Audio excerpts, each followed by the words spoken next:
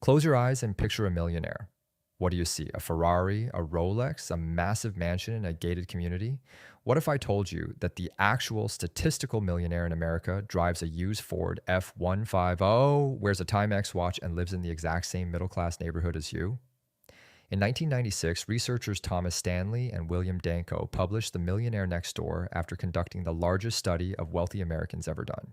They interviewed over 1,000 actual millionaires to find out exactly how they got rich, and what they found completely destroyed the American myth of wealth. The most shocking discovery in the book is the contrast between two types of people, UAWs and PAWs.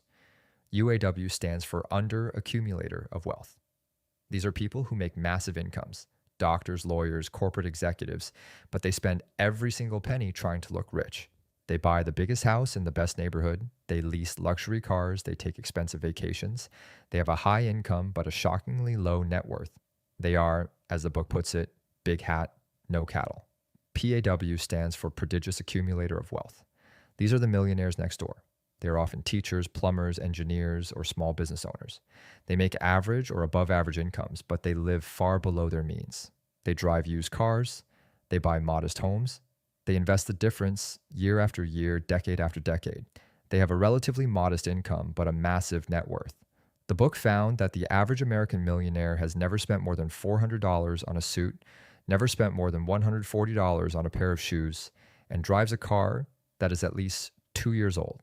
They are not cheap. They are strategically frugal. They have made a conscious decision that financial independence is worth more to them than social status. Stanley and Danko also discovered a powerful insight about income and wealth that most people get backwards. They found that income is weakly correlated with net worth. Earning more money does not automatically make you wealthier. What matters is the gap between what you earn and what you spend. A teacher who earns $60,000 a year and saves 20% will retire wealthier than a doctor who earns $300,000 a year and spends $290,000. The math is simple, the behavior is hard. The book also introduced the concept of economic outpatient care, which is when wealthy parents give their adult children large financial gifts. The research found that children who receive regular financial gifts from their parents actually accumulate less wealth than those who do not. The gifts undermine the drive, discipline, and financial habits that create wealth in the first place. True generational wealth is not giving your kids money. It is giving them the knowledge and habits to create their own.